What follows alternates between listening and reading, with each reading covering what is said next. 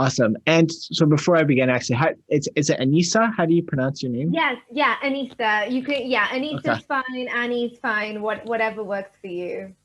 cool. Okay, I appreciate that. Uh, Anisa, thank you so much for taking time out of your day today to come on the Creative Kind podcast. It's a pleasure to speak with you. And I just want, yeah, I want to learn a little bit more about your background. So I'm just going to give a quick introduction, definitely fill in the gaps. So you're based in London right now. You have a career working in the entertainment sector, and that stretches everything from Bollywood to having your own podcast. You're also a motivational coach. So you do quite a lot, and that's exactly the kind of guest who I love to have on my show. So I'd love you to flesh out those details and yeah, just kind of give my listeners an introduction into who you are and yeah, just a little bit about your professional background. Sure. Well, thank you for having me, Alex. It's great to be here. And yeah, a bit of a polymath, I think, just to have a whole bunch of interests. But essentially, acting has always been at the forefront. I decided quite young that, this is something I really want to do and sort of pursued it. And my intention was not to go out to India necessarily. An opportunity kind of opened up and took me there. And then I sort of spent an ample amount of time in India doing acting and being a bit back and forth. And I have an agent here in London as well. And the podcast is sort of a more new venture, sort of like a side passion project, which started about a year and a half ago. And I just talked to interesting guests, globally. It's been a bit of a blessing during the lockdown pandemic. I get to have really interesting conversations. But I think I am definitely driven by people who have had to overcome in their life. And I'm fascinated with human behavior and just everyone's resilient spirit to just move on and tackle obstacles. And that's what my podcast kind of deals with. And I think that's what inspired me to even get into coaching too. So I feel like they're all kind of interconnected in a funny way. Yeah, totally. That's life, right? Like a lot of what we do in our creative ventures often, maybe we don't see it at first, but there often is that subtle overlap, and you kind of maybe take some of your on-screen presence, and that's carried over into, say, your confidence behind the microphone, when there is no visual, when it's just essentially your voice that's carrying that through. And so yeah, and it's interesting when you talk about the value of a podcast, and especially now, right? And how that's so important. And yeah, I think that's pretty cool. I want to kind of talk a little bit about that. So tell me about your podcast. What is the name of the podcast? I list following your podcast and looking at some of the content that you shared on your social there. You really talk about purpose. So yeah, so talk to me about the theme of your podcast, the name of it, and kind of your format for that. Sure. So the podcast is called Unplug with Annie. I actually didn't have a name, and then I stumbled on this eye mask that I had, which had unplug on it. So when I was searching for a name, I just it kind of Nice. clicked at that moment. Um, and yeah, it's essentially, if I was to sum up what Unplug is about, it's really about, yes, I do want to motivate and inspire people, of course, when they listen to it. But I think it's about how we as humans just tap into that resilient spirit of overcoming, because negativity, we can't sort of say that negativity doesn't exist or that we're not going to experience adversity. We all are. But I think the difference is in how we deal with it and what happens when that adversity hits. So it's kind of broken up into different series, and I name those series with the theme essentially of what that series is going to be about. So the one which is currently being promoted is called Purpose, and the series of Purpose is more about figuring out what that is, what we're supposed to be doing. And for a lot of people, I feel like later in life, they're still questioning what is it they're supposed to do. They're still trying to figure out if what they're currently doing is what they're supposed to be doing. And I think we delved into those questions. So I'm really enjoying exploring that. And I think purpose for me has been quite a journey and still is. So I really resonate with the themes that I like to include on the podcast. And just a quick Sparks note here for my North American listeners. Uh, in I guess maybe it's a European thing, but you call a season series. Well, we call a collection a series. So I remember when I was in the UK, you were like, and it's a series, and I was like, no, that's a season. But so, but I know what you mean, and so I just want to clarify Right, that for people. right. But yeah, it's cool. I like that you have is each series is like so. This one's purpose, and it definitely resonates with kind of following that raw, authentic conversations. And Mhm. how do you choose your themes? Where did that idea come from? Is that something that you kind of plan out, or is that kind of a little bit more spontaneous? And how many episodes do you often have? Is it a set amount um, every series, or is that flexible to you? Yeah, so I've kept the rest pretty flexible, to be honest. I think some series or seasons or collections have um, gone up to like 10 weeks. I release one episode a week. Some are sort of like 8 weeks, anything between sort of 8 and 13, 14 weeks. But that just sort of depends on the guests that come on the show and who I get to talk to for that specific episode and series.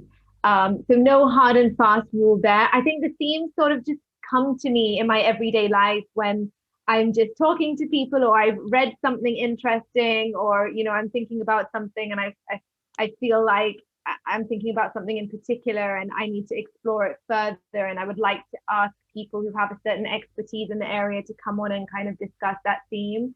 But it's challenging. When I started, it was just literally, I'm sure it was just kind of a passion project. And then I realized, like, oh, I have to be consistent with this thing now. I have to figure this out, figure post-production out. And it's quite a lot to juggle. And I've actually been trying to reevaluate that recently and thinking whether I want to cut down and maybe not make it a weekly thing. And because of my acting commitments as well, I tend to juggle a lot. So I try and record in advance. So right now I have quite a bit of a backlog. So I'm just trying to think about what I could be doing differently. And also I think I'm one of those people who like to, I think I'm a bit of a people pleaser, or have been. That's something I've really battled through. But because of that, I've been kind of trying to create something for everyone. And I think when you're trying to target too many different kind of people, it can become a little bit messy and all over the place too. Mm-hmm. So my content, each series, as I mentioned, is geared towards different topics, but I feel like it's quite broad, and I would like to just sort of narrow it down. You'd like to niche down, yeah, Yeah, totally. No, yeah. that's interesting. And yeah, to give you a bit of context for myself, so I have it where every 20 episodes is a new season. Um, Mm, and and the whole idea of backlogging is so smart. And in the first season, so like your episode now 33 of my show, okay. um, and every yeah, like the first like yeah 20 or 25 episodes, I would just do it on a week by week basis. Like I'd Mm-hmm. interview them, and then that next week, that preceding week, and it was super stressful, right? And Yeah. yeah, it's just like it's not a sustainable way to go. Using Matchmaker, actually, I've been trying to reach out, get on shows myself, and one person got back to me and they were like, oh, reach out, send me an email, and I'll book you in. Like we've already recorded everything for season 2. I'll book you in for season 3 for when we're doing those batch recordings.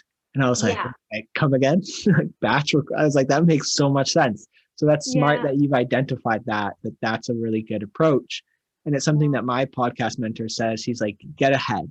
The more you can get ahead, the more you can plan the marketing, the more you can promote upcoming guests, right? Like Mm-hmm. there's so much value in being like 4 steps ahead. True. True.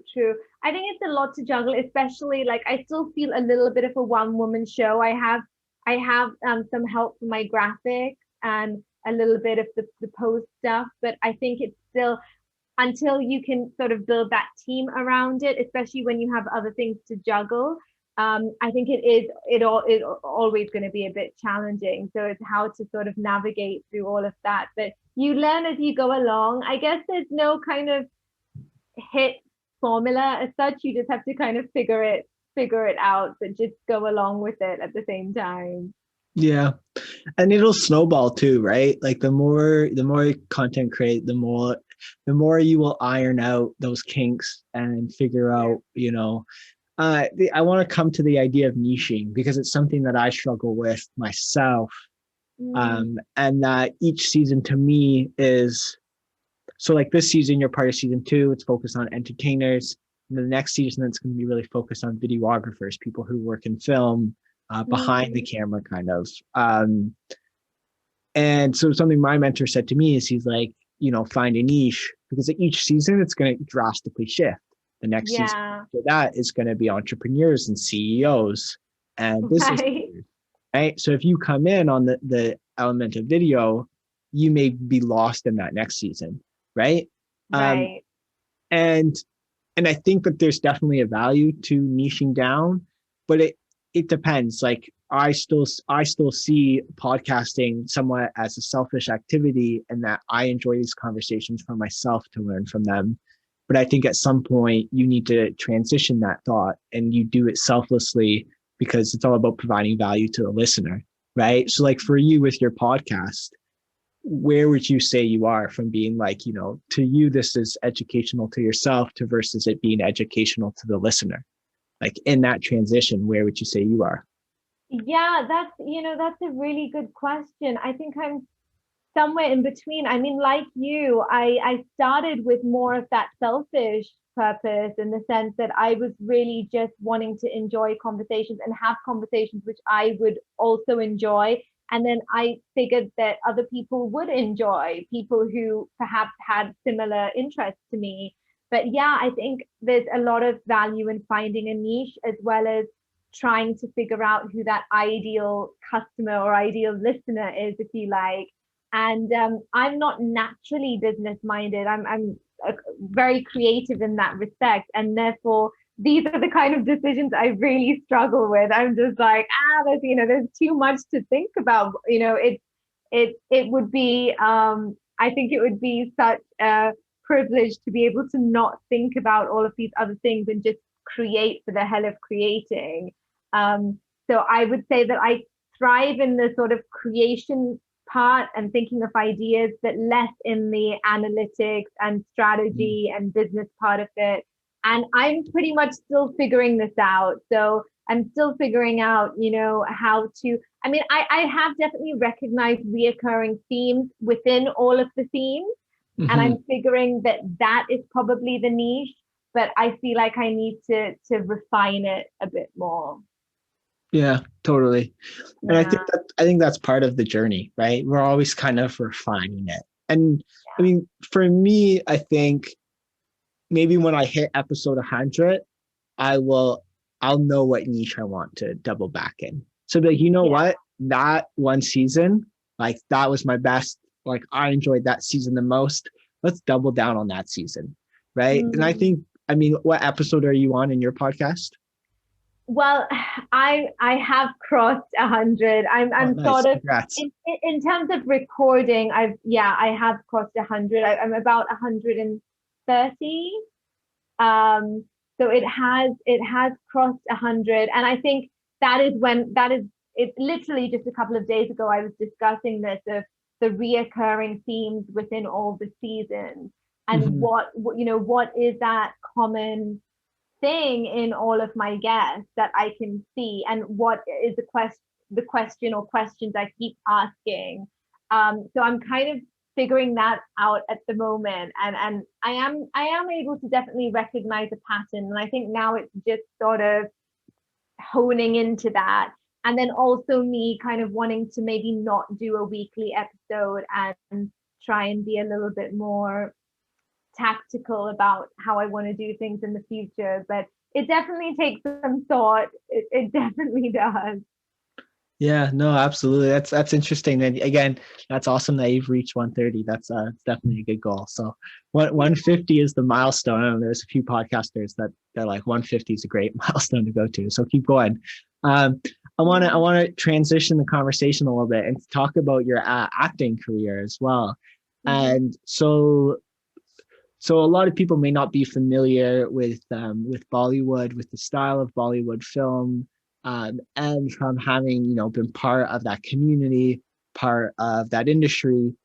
What would you say is one of the defining factors in terms of what separates, obviously other than the culture and the language and things like that, but thinking more like thematically, what would you say is one of the biggest difference between Bollywood and say Hollywood?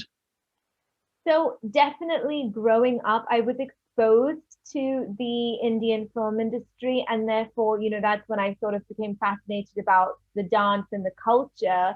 So it wasn't alien when I actually went out there and it all happened. But aside from the main differences, as you mentioned, of language and the cultural differences, I think growing up, it was definitely more fantastical. It was sort of focused on these um yeah, like being set in crazy locations and different costumes, and it was focused more on like the fantastical story, the dreams and the things that weren't happening in everyday life but you wished would happen. I would say the focus was mostly those stories, but since then the audience has evolved so much that they're also being very challenged in terms of their storytelling, and they've definitely had to compete with worldwide stories being told. So I would say cinema has changed incredibly. You're now seeing definitely more realistic plots, more interesting characters, even for women. I think growing up, it was very male dominated in Bollywood. Now we're seeing that change as well. And I think not so much spoon feeding the audience. So there's definitely been a shift in storytelling. But yeah, to summarize Bollywood, it's all a bit of drama. It's all a bit in a good way, I suppose. It's and in India, I mean, to summarize India would just be organized chaos, I suppose. um, Everything, you just wonder how things are functioning, but they do function out there somehow. Oh, that's cool. Yeah. Um, I I can definitely see how there's elements of Bollywood that is seeping more into, say, like the Western film industry, and then as you mentioned as well, like you know, Western film industry is seeping more into Bollywood, Yeah. and right, and we're kind of getting these merge of cultures and styles, and it's super interesting. Like the new movie that Netflix just put out, White Tiger. I don't know if you've seen it. Like that Yes. one's been like a very acclaimed success that has almost, I think it's like an all Indian cast, and Mhm. and so for a lot of the film productions that you've been on, uh, do they like, is it English films or are these Hindi films, or what's the So predominant language there that in yeah, your experience? so the predominant language has been Hindi.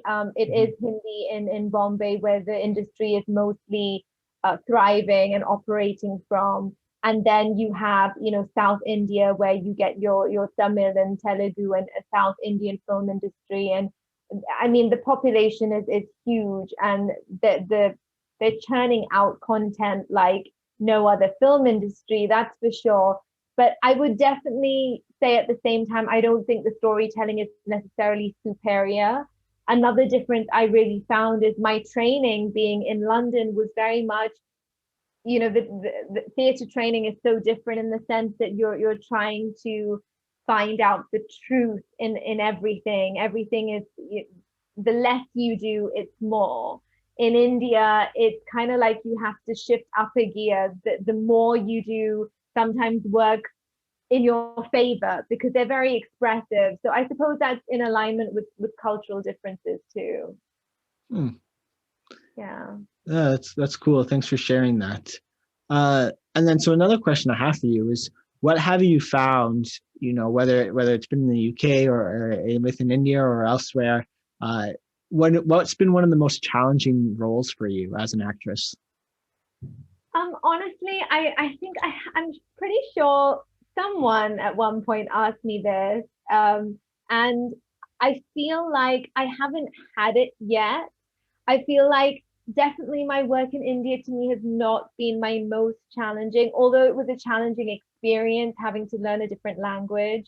I think I would love to be able to implement more of the training I've had as an actress into the roles. And I think you're able to do that as an actor when you get roles of substance which you can really dig your teeth into and which require you to do some research perhaps and really investigate that character. And especially when that character has an arc in the story, there's a shift which happens to that character. So I think there's more preparation required.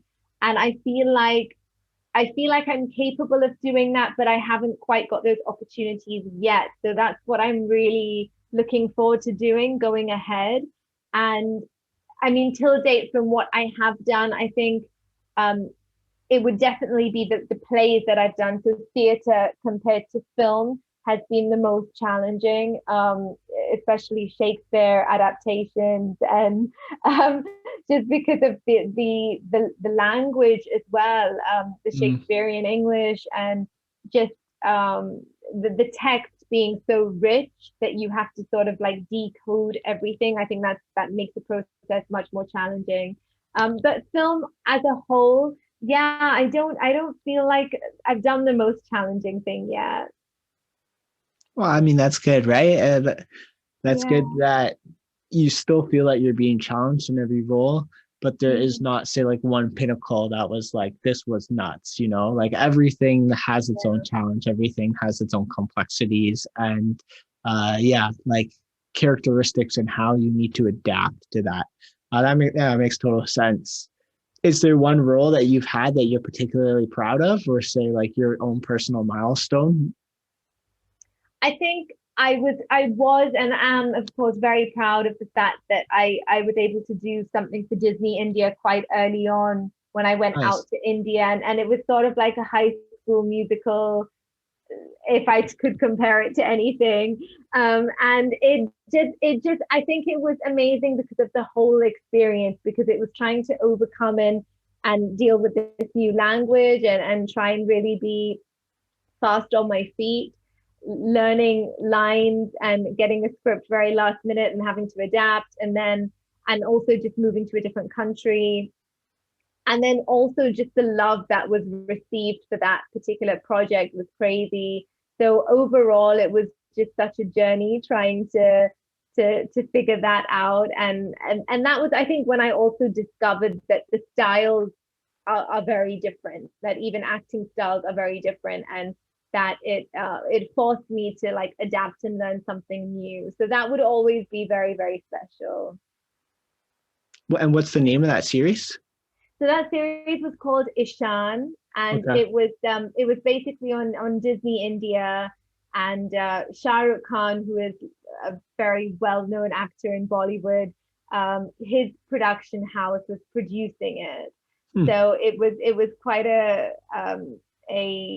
like it was basically a great collaboration between two channels. So that was very exciting at the time.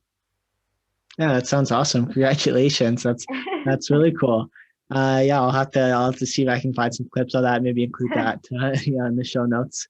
Um, Um, so another question that yeah I wanted to ask you about is for say young females, young entrepreneurs who are interested to find their own role within as an actress. Is there anything that you would provide to them as advice? That's something that you know now that maybe as you were entering the film and TV industry that you had wished you had known before you started? Gosh, there's so many things. I think the learning part never ends. And I think just being committed to that process of just continuing to learn, because there's never like that one time where you think like, I know everything now. I know everything there is to know. So I Mhm. think being open to learning and taking from every experience is really important. But also, I think we as actors put a lot of pressure on ourselves to try to please. We're trying to, when we go up for a role, we're often trying to guess what the person on the other side wants. And recently, I've kind of gone back to the drawing board and been doing a lot of workshops online and studying the craft and reading about the craft and listening to podcasts as well.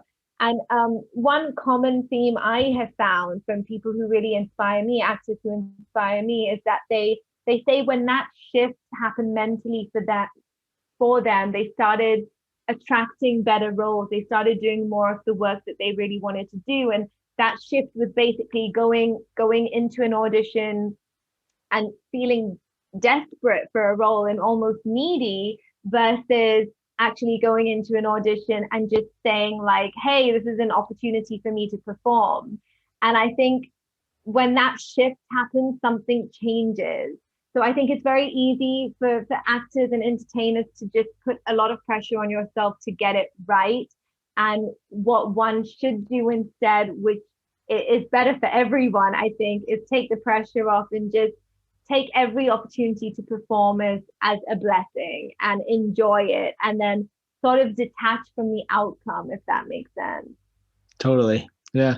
It reminds me of something that I've been really focused on recently, and is the difference between a mindset of scarcity versus a mindset of abundance. Right. And say the actress or the actor who goes into the audition room, who puts that pressure on themselves, who's needy for the role, that's a mindset of scarcity, because to them, they don't know when the next audition is going to be. They're afraid that there may not be a next audition, or afraid of what's going to happen, versus a Mm, mindset of abundance that comes in, who goes, if I get this, I get this. If I don't, well, there's another audition just down the corner, right? Like, even if I mm, don't know that there is, yeah. I'm projecting the possibility that there is, and I'm not letting my fear override my performance now. And I'll be happy no matter what I do, because at the end of the day, like, I'm just grateful to be here.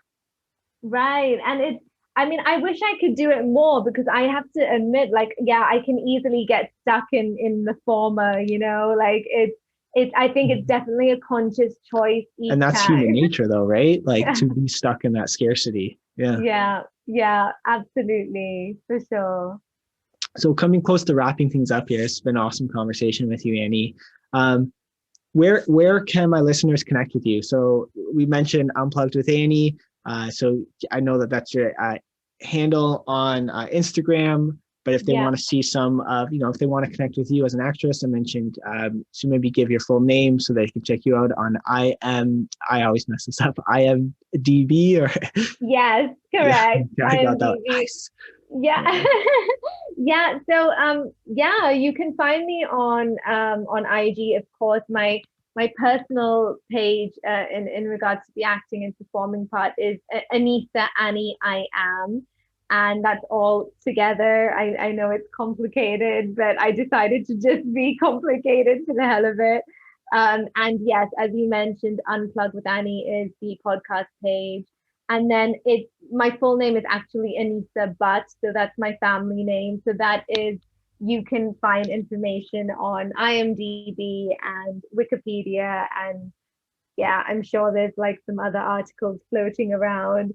And and of course the website unplugwithannie.com also has information about the podcast and the links, and you can read some blogs and sign up to the newsletter if you fancy it.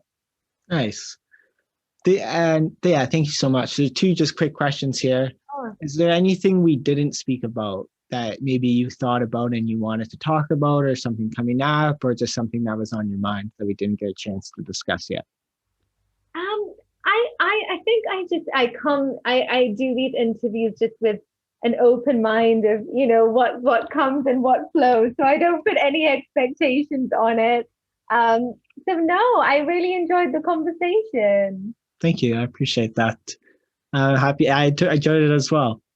And so, last question here. I've been starting to ask this to all my guests. what does creativity mean to you as an actress? I think creativity to me means just getting to play as well as merging my passion with purpose. I think if I just feel really privileged to be able to be a creative and enjoy it so much, because I think if you enjoy the process, it doesn't really matter what the outcome is, but just that reminder to enjoy the process and just play and just get to be playful. So it's awesome that I get to do this, and I hope I keep getting to do this. Hopefully, post pandemic too. Amazing. Yeah, I hope so too. And I wish you kind of all the best with your future career and all the cool things that you're up to. Thank you, Alex. Cheers.